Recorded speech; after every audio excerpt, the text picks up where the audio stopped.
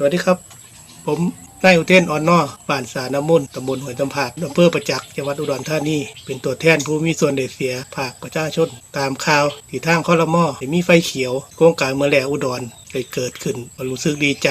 แทนชุมชนแทนชาวบ้านจะได้มีงานทำมีของทุนต่างๆของทุนปุ๋ยจะได้ใส่ปุ๋ยถูกลงถ้าเมืองเกิดขึ้นจริงๆผมเชื่อมั่นว่าทางบริษัทก็มีนโยบายมีประสิทธิภาพป้องกันสิ่งแวดล้อมที่ดีซึ่งที่ผ่านมาทางบริษัทก็ดูแลชาวบ้านมาตลอดว่าจะเป็นการช่วยเหลือทางประเภทนี้ต่างๆงานบวชงานแต่งและงานศพเป็นต้นและอนาคตเกิดว่าจะมีกองทุนต่างๆที่ช่วยเหลือชุมชนที่เช่นกองทุนเพื่อการศึกษากองทุนคนเลื่อนลอยใต้ถุนกองทุนปุ๋ย